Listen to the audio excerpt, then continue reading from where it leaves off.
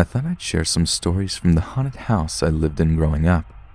I lived there from the ages of 5 to age 13. I have 2 older brothers.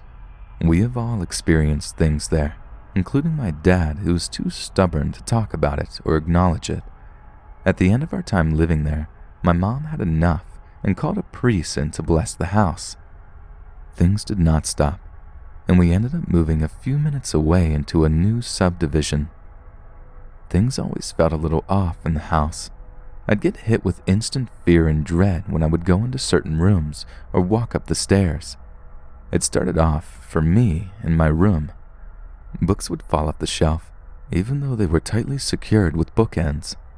At night, I would see colored shapes floating in my room. I had a little radio with a Rafi cassette in it, and it would start playing randomly. My brothers and I would frequently share the same dreams, which were usually very gruesome for us being so young. We all witnessed a tall black figure either outside of our rooms, on the stairs, or at the end of the hallway. We would never go to the bathroom at night in fear of it. Upstairs, we had a little hallway in which to get to the bedrooms. It had a banister on the left overlooking the lower part of the house and a wall on the right. My mom had a wooden shelf on the wall filled with these tiny collectible ceramic houses. One night she heard things dropping on the floor downstairs. When she woke the next morning, she discovered all of the tiny houses had been thrown over the banister onto the floor downstairs. The shelf that held these was much too high for my brothers and I to ever reach, and we wouldn't ever dare to touch them anyway. My mom was home alone one day. She was tidying up all of our rooms. She went into her room and made the bed, which had a large amount of decorative pillows on it, and then left to tidy up the next room. She went back into her room, and the pillows were scattered all over the floor. In my parents' room, if you were to sit on the bed, you could look into the bathroom, which had a huge wall-length mirror on it. One day I was sitting on the bed, and something compelled me to look at the mirror. I saw a face floating above me. Just a face. It wasn't a regular-looking face, though. It was something out of a horror movie. Needless to say, I got the fuck out of there pretty quick. We used to have a little step stool in the bathroom for us to stand on while brushing our teeth. We could hear it dragging on the floor in the middle of the night. Most mornings we would all wake up and find the step stool in a different place upstairs. My brothers and I had rooms on the second floor. One night, my brother started screaming and crying. My parents rushed in. They told my parents that they saw a face in the window.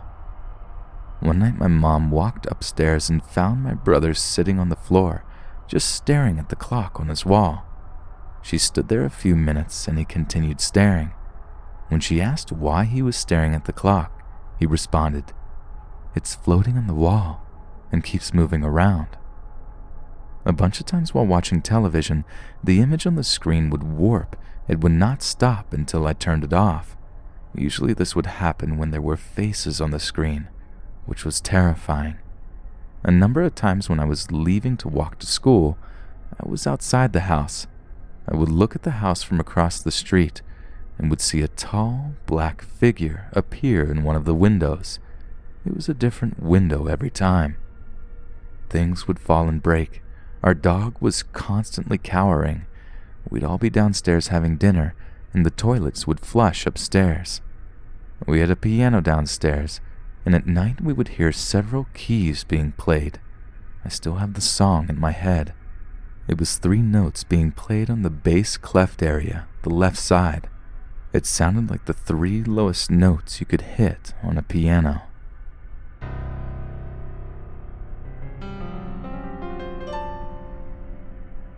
When I was younger, my friends and I went through a phase where we were addicted to going to haunted places in our state of Colorado.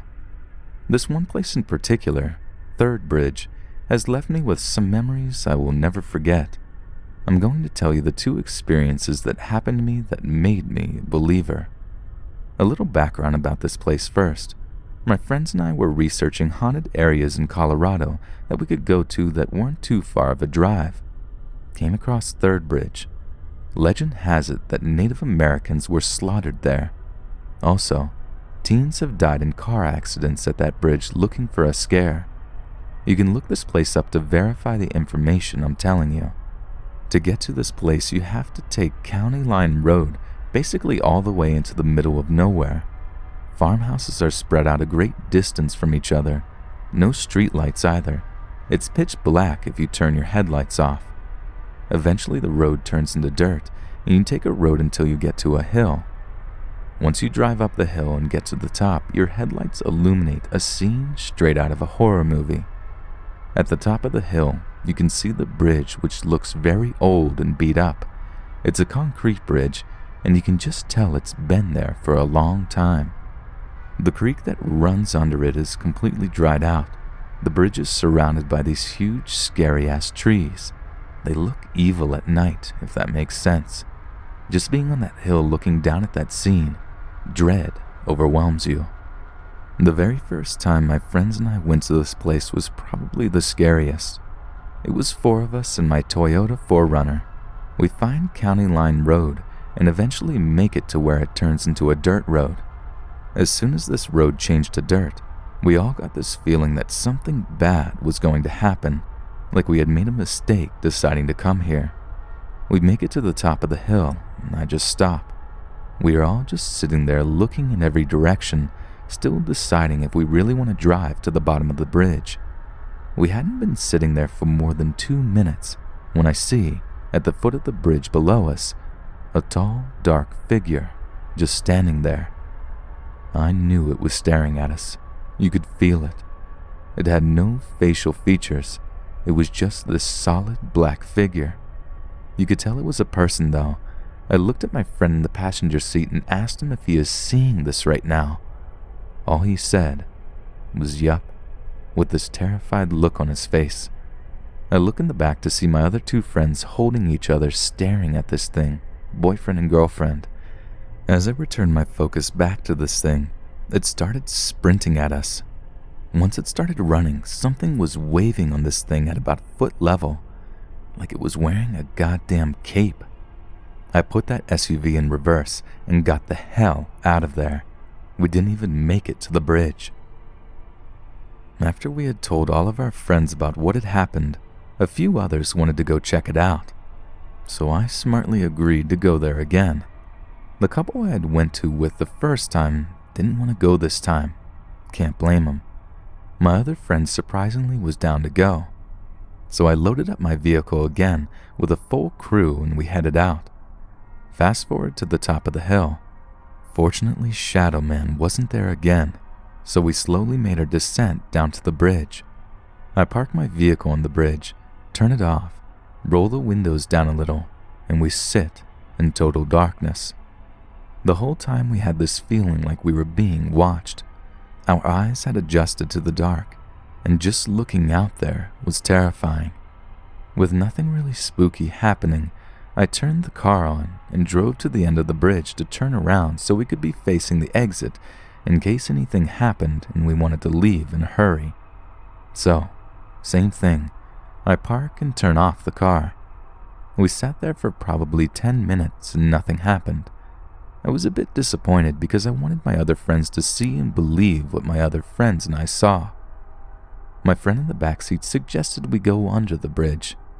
Nowadays I would say nope right away, but I was eager for something to happen. We all get out of the car and make our way to the railing to step over to get to the land under the bridge.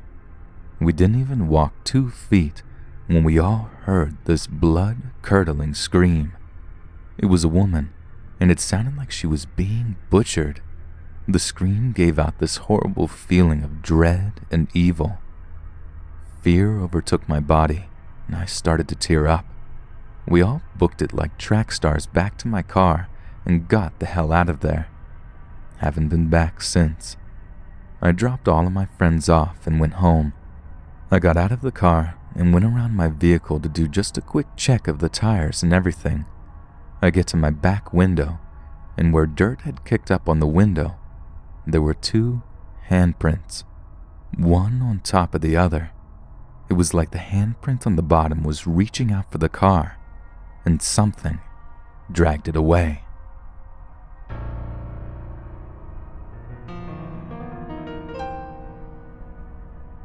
I moved in my current residence about 2 years back. When I first moved in, I was with my now ex-girlfriend. We didn't notice much the first few nights, but after about a week, random occurrences started. I commonly heard children's footsteps through my kitchen after retiring to my bedroom, and my lady agreed upon hearing them as well. Once in a while, there would be hushed voices and childlike laughter. I would wake up to random cabinets open, but never anything truly out of place. I know the fellas that remodeled the house I live in and know the attic is filled with expanding insulation almost 2 feet from the drywall of the ceiling upwards. When the footsteps died down, the clawing started. It was sporadic and never very intense, but it was pronounced and chilling. Shortly after, the clawing became a semi-regular deal and presenting a feeling of true uneasiness. My smoke alarm in the basement starts alerting me that the battery is low. No big deal. However, whenever I passed the detector, it would beep at me. Not coincidentally, nearly every time I walked past, and it was always with a sense of pressure. Thinking it's just an overreaction on my end, I pop the battery out and call it a day. The day that I decide it's truly starting to become unsettling. When I reach the top of the stairs, it beeps. Why on earth? It must be some sort of reserve battery, just in case, right? Wrong. It continued to beep for about a month. This is the point that I decided a possible backup would not last that long. Upon further inspection, it's wired, which further raises the questions as to why it still beeps so sporadically. Disregarding, I pull the plug and take the alarm down and place it on the washer. It continued to chirp, commonly when I would walk near it or lay down to sleep. A week of this, and I decide I'm taking it out of my house before I leave for work. It greets me with several quick chirps that did not sit right with me. I say aloud, "Whatever this is, whatever you are, I'm stronger than you. Know that." Several more chirps. I take it into the garage on my way to work and set it on a shelf. For roughly the next 2 months, it beeps at me whenever I get out of my car and come into the garage. After the 60-some days, nothing more. Mild occurrences here and there, but nothing truly weird for the next year. Girlfriend and I split, she moves, things roll over again. I was quite intoxicated for 2 weeks after she left and, of course, didn't notice any happenings. January 2017. Really wish I would have kept specific dates since the first instances. I'm downstairs, noodling around a guitar, when my 18-inch crash is struck. No one is in the basement with me. There was absolutely nothing overhead of the drum set that could have fallen. Thick silence afterwards. I had several people crashing at my house from the night before, but only one of my friends, Dave, heard this. Random bumps in the night, doors slowly opening, random chills in the atmosphere of the house. Late February 2017. Dave and I are tripping on Sykes.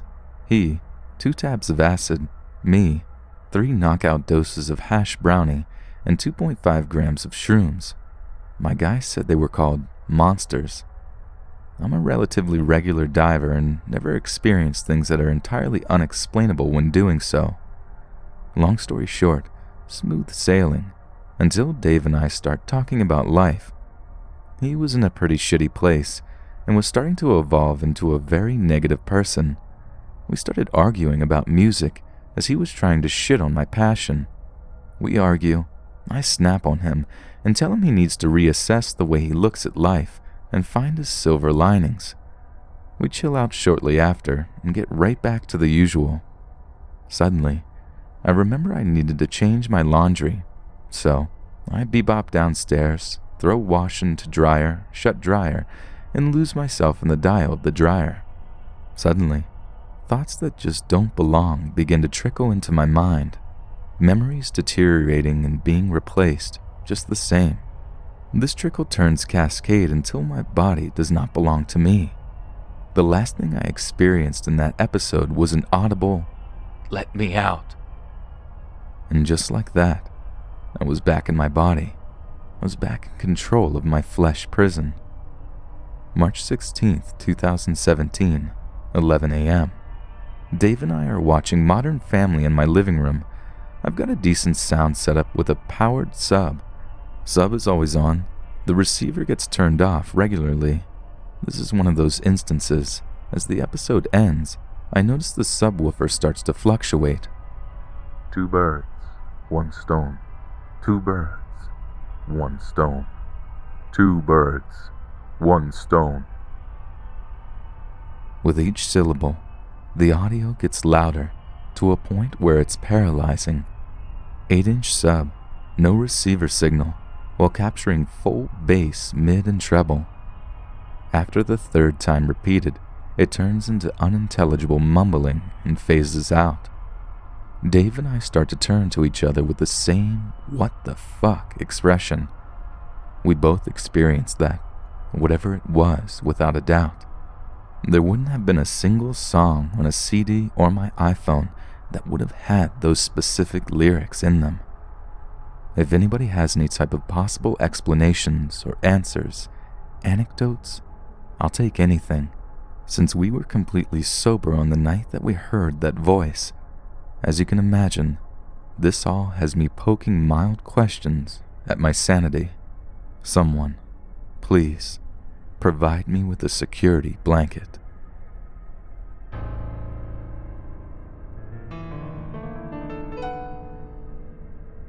I bought a Ouija board when I was about 15.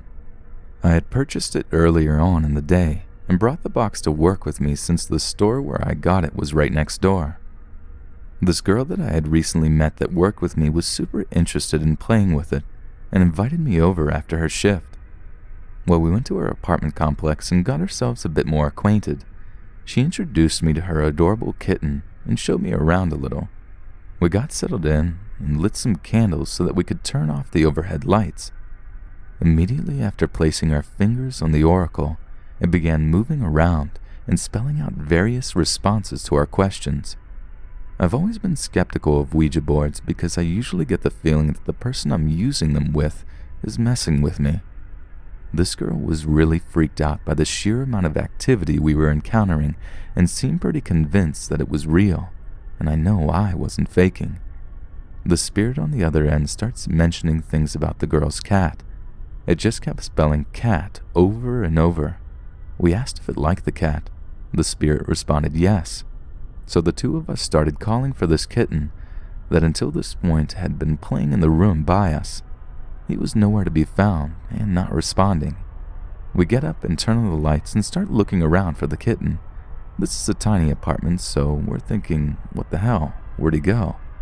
I then walk into the bathroom, and there is the little kitten with his tail completely fluffed up, fur on end, and hissing wildly at nothing that was visible. The girl told me that not once since she has gotten the kitten had he hissed or acted in such a way. We were both freaked out, but like dumb kids decided to go back to the Ouija board. As we started using it, the kitten started running around the room, leaping and batting at things that we couldn't see. It honestly freaked us out so badly that we stopped playing and went our separate ways. I still kept the Ouija board for years, but my mom hated it and made me keep it in the closet. When I moved out, she'd made me take it, but my boyfriend wouldn't let me bring it into my house, so into the garbage it went. My aunt told me a really creepy story about a Ouija board she once found. She had bought this weird old house in the middle of nowhere and had some friends over to help clean it up. I guess the previous owner left a bunch of their junk in the basement. Well, the guys helping her clean moved this metal cabinet, and behind it, literally crusted to the wall, is this Ouija board. She swears to this day that he couldn't get it off the wall at first and decided just to leave it there for the time being. They went upstairs and left it. After a while they returned and my aunt is very adamant that it was on the opposite wall, just stuck to it. No one admitted to moving it and she was thoroughly freaked out. She then decided to burn it at one of her bonfire parties she used to throw on the property. She tells me that it let out an eerie, shrieking noise as it was burned.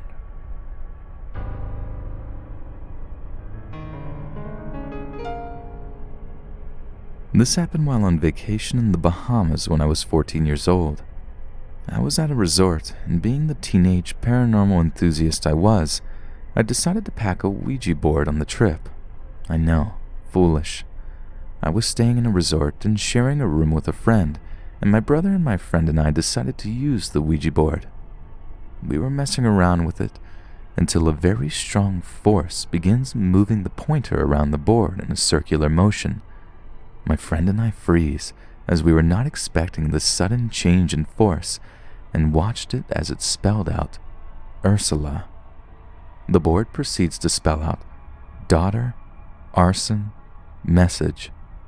I asked if she wanted to relay a message to us. It pointed to no.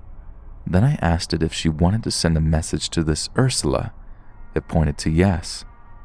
The message was, tell Ursula, Mommy loves, which we deducted meant tell my daughter Ursula I love her.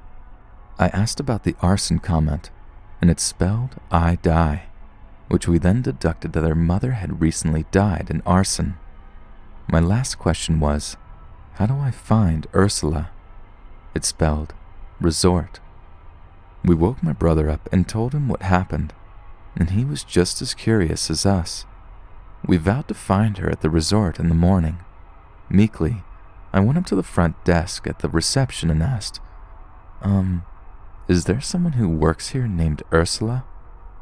I'm not sure what I was expecting, but the woman shot me a look and said, yeah, but she left for her mother's funeral in Nassau a few days back. This sent chills up my spine. I decided to write her a letter saying her mother loves her and is with her, and asked if they would give it to her. I'm not sure it was the right thing to do, but I was stumped. Fast forward 2 years, my family and I go back to the same resort. I'm sitting for breakfast and a woman pours us water. I look at her name tag, which reads Ursula. At this point, however, I'm too shy to bring it up to her, and perhaps she might not want to talk about it with a complete stranger, which is understandable. After this, I stopped using the Ouija board as it freaked me out. Ursula is not a common name, especially with that spelling, and I can only hope if she did indeed receive my message, it was well received.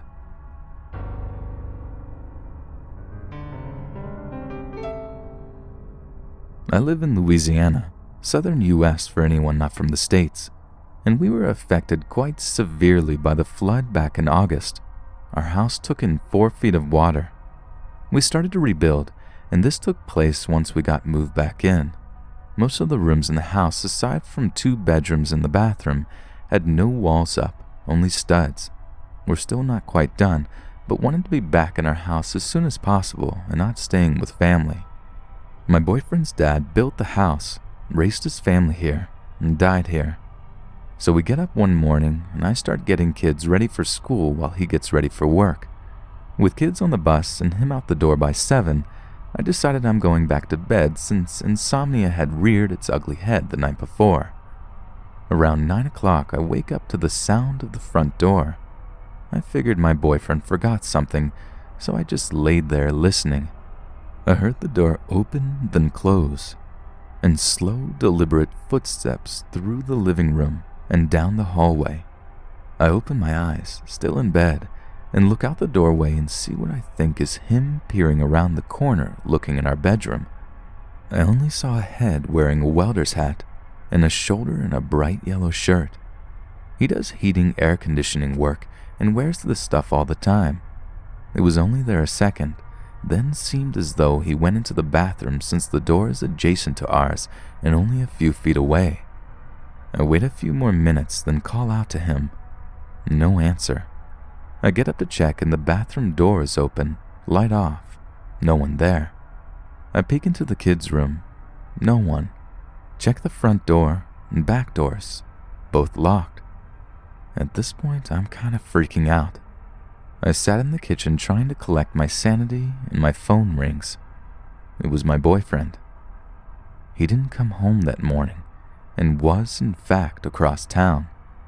I tell him the story and he starts laughing. Apparently his dad, who died 6 years before we met, wore bright yellow and a welder's hat all the time. He also walked slowly and heavily. Guess he was trying to tell me to get up and do something with my day. I already knew the house was haunted when I moved in.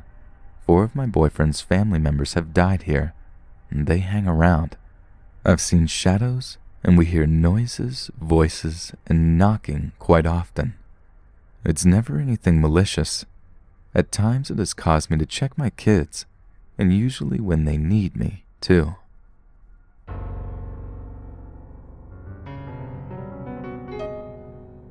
This happened when I was 4 up until 6 years old, but I remember it perfectly.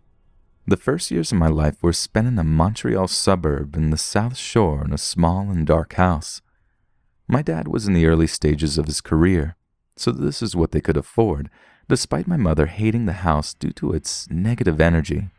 She's psychic and can sense these things.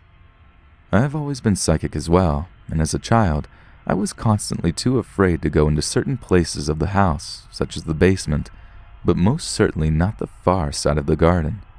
The garden was shaped like an L, and at the bottom part of the L was where I said Choca della Facile lived. Here's what I came to talk about, Choca della Facile. Every single night, without a doubt, this entity would appear to me in a dream. Choca della Facile was its name, and each dream would happen like a script. I would be in my home, standing at the end of our hallway.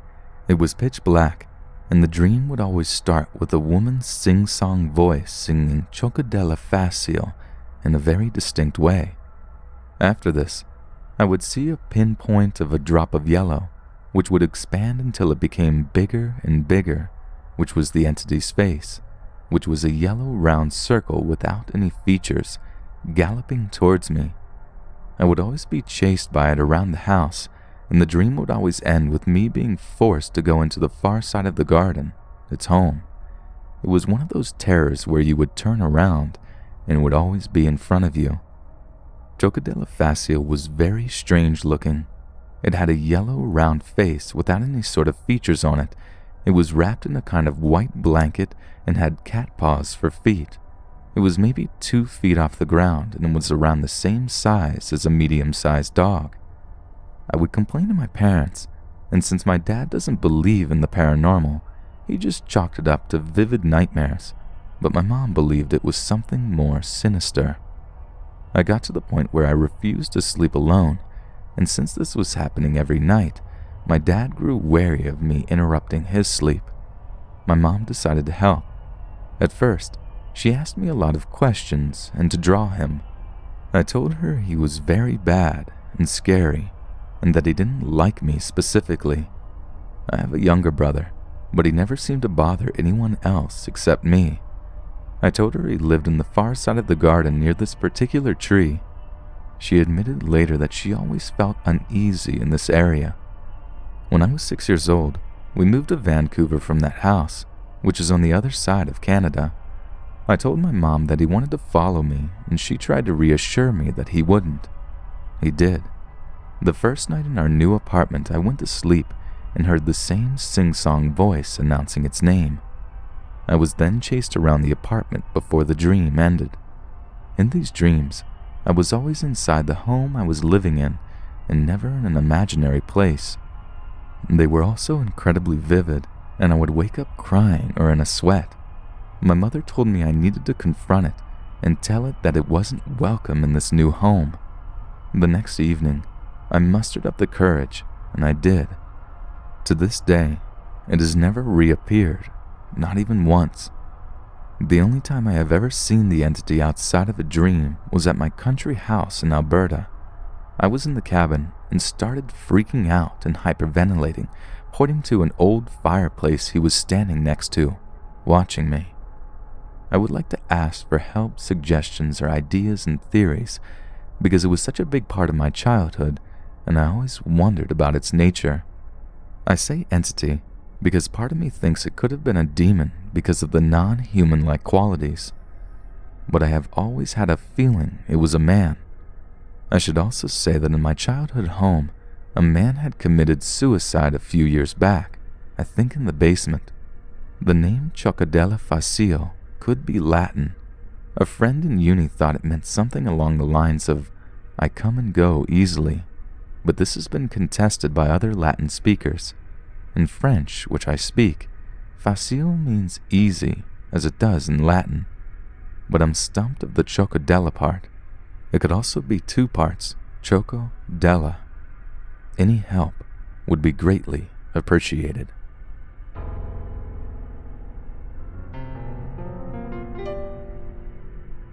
Early summer 2003, I'm 15, and my mom decides to move us from a dense urban city in Texas to the middle of nowhere, Missouri. She moved us because she was afraid that her children would get into too much trouble in the city, and rural Missouri is where she grew up. Yes, I was wildly troubled, and I'm sure this contributed to the events as I experienced them. My mom and my stepdad have always supplemented their income by flipping houses. My mom's pretty type A, and my stepdad really just wants to get down to work with his hands, and would rather have my mom as a boss than anyone else, and I don't think anyone else could handle him as an employee. He's a bit of an abusive dickhead at his worst. Anyway, they bought a dilapidated farmhouse that was built in 1853, which had been inhabited by squatters up until the point that we bought it. There was graffiti on the walls that weren't destroyed, trash everywhere, mostly pornography and Reader's Digest books that had been mailed in throughout past years. The insulation was shredded up newspaper, which had been made home by mice and rats and whatever other critters could get itself in and get warm. For the first couple of months, it was mostly a deconstruction and trash endeavor. We had one of those giant bins that you can rent for large construction projects, and we literally had tons of waste. By the time the school year started, we were living in the house full time, instead of camping outside of it, and we continued to work on it as we lived there. I had a room in the upper floor, which I enjoyed because I could see all of the beautiful land that surrounded us, as well as any vehicles which might come our way. We continued working throughout the fall and into the winter, replacing insulation, drywall, painting, carpeting, electrical wiring, plumbing, everything. The winter was hard for me. I started noticing in September that every time I went into my room, the lights seemed to dim. Everything felt disgusting and awful. My little sister had the room directly next to mine, and one time when it was particularly terrible, I asked her to step inside my room and see if she noticed anything different. She did. She said that it was suddenly dark and dingy and oppressive, despite my bright and airy decor. We forgot about it, and I just kind of figured that it must be due to the lighting. I never felt comfortable sleeping there, but just kind of dealt with it, knowing that it was just in my head. It's stressful moving to a wildly different place. Fast forward to December. Every night, just as soon as I would fall asleep, I heard the sound of an item falling off my dresser or desk or from the wall and onto the floor. I could identify these objects by their sounds. Oh, that's my pen. Oh, that's my pencil bag from school. Oh, that's definitely my apple spice candle. It startled me every time, and when I turned on the light, everything was still in its place. Nothing had fallen. Again, I let it go as best as I could. The brain does crazy things as it falls asleep.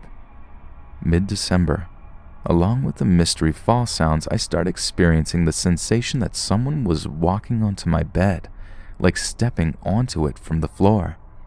I felt pressure on the top of my blanket. I felt pressure on my pillow next to my head. The general feeling in my room has gotten worse. My sister occasionally made comments about just how dark it looked, no matter how many warm accent lamps I applied. It was around this time that I started sleeping on the living room couch, which my mom ignored for the most part. This did provide relief, as I was able to fall asleep on the couch without hearing anything falling as I fell asleep. After a while, my mom confronts me, and I confess to her exactly what I've been experiencing. She writes it off and makes me sleep in my room. It's now January, just after the new year. Now I'm forced to sleep in my room. I'm absolutely unnerved, and I'm sure this only made it worse. I begin imagining that I saw things in the reflection of the window glass at night, and by things, I mean a person. I feel like I'm constantly told by the person thing that I'm not safe. I feel touching on my body when I'm trying to sleep. When I try to take a shower, I continue to feel touching on my body along with a terrible threatening feeling. I'm constantly feeling watched, particularly upstairs where the bedrooms and bathroom are. This sounds like schizophrenia, and I'm convinced now that I'm sure I was hallucinating, but I have not since had any symptoms. I asked my little sister to stay in the bathroom while I shower, and she does, and that helps. I sneak out to the living room at night, and that helps too, when I wake up before my mom and stepdad. I have no idea what this sensation, what these feelings, what experiences I'm having. If anybody has any advice, my ears are open.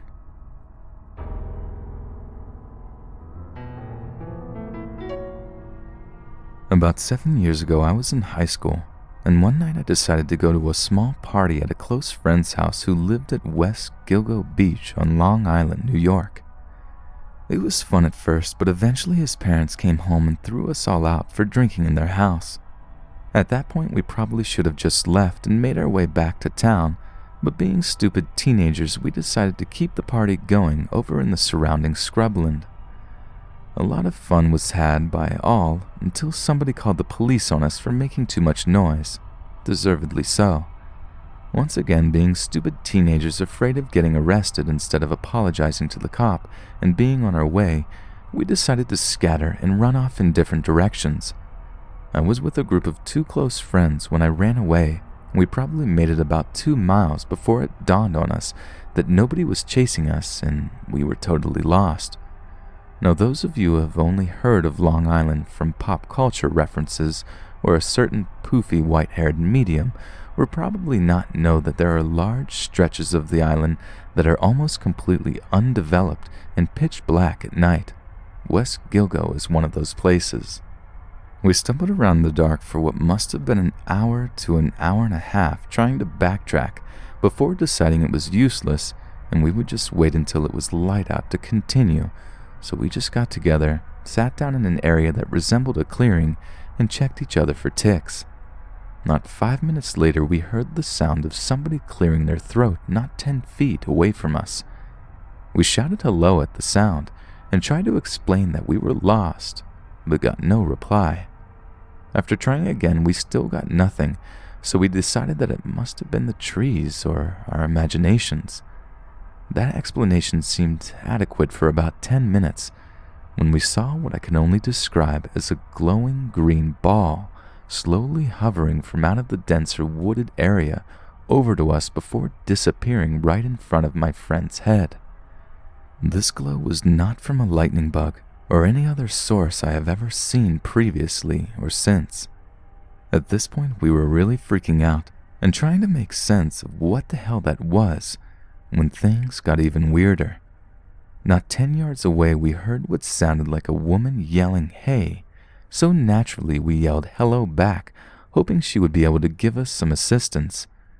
After we yelled, she yelled back, and the sound got closer and closer until it came from right in front of us, but nobody was there to make the sound.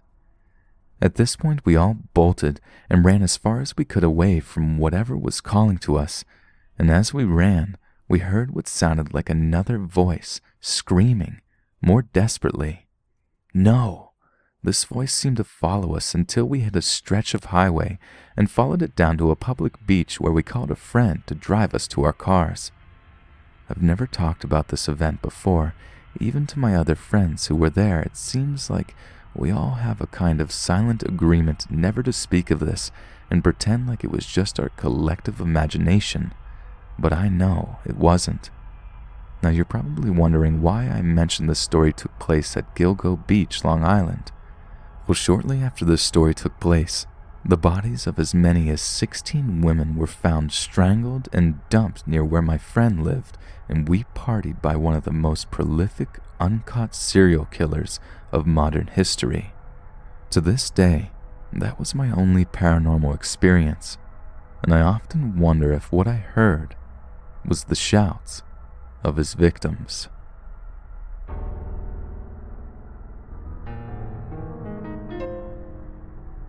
This was back in early November. I got a call a few weeks prior that my grandfather had a major reaction to a medicine he was given for gout. They took him to the hospital. Come to find out he has lung, colon, prostate, and liver cancer. It was late stage. He was given 1 to 4 months to live. I immediately caught my first flight home. I love this man. He was about the most loving hard-ass you could have encountered. His life was his family and his farm. So I got a call from my mom in early November at 3:43 Pacific time. It was 6:43 Eastern time, and she is bawling. Now, my mom never cries, ever. She owns the title hard-ass tomboy, so naturally I was alarmed and asked her what was wrong. And she says she just saw her dad when she was laying in bed. He woke her up, gave her a big hug, and said, "You take care of your 2 boys now. I love you." And she said when he got up, she saw her Aunt Helen, who passed several years ago, and her brother who passed in 2001, and then they were gone. She looked at the clock, and it was 6:42 a.m., and she immediately called me because I've experienced some similar paranormal things before, and I wouldn't call her crazy. So I made her hang up and call her sister, who was at the hospital that night keeping my grandmother and grandfather company. My mom said her sister was bawling and just kept saying, "He's gone. I can't believe he's gone," and was stuck on repeat. My mom was demanding to know the exact time of death, and she said 6:42 a.m. Since then, I have noticed occasional things happening that my grandfather would do to me as a child and teen to mess with me as he had my mom. He was passionate about his apple orchard farm, but was known all over Ann Harbor for his apples. My mom would text me saying a damn apple was sitting on the table yet again, and I would wake up to the text a few hours later and see an apple sitting on my coffee table, or the water will turn on when I'm in the shower.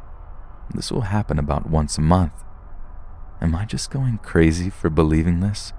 And the apples making their way from the fridge to the table? And was my mom seeing her dad before he passed possibly a build-up, an assumption that turned out to be coincidence? I have heard of family members coming to get their loved ones when they pass before, but I'm just kind of baffled that my mom is so damn adamant about people not thinking she's crazy. What are your thoughts?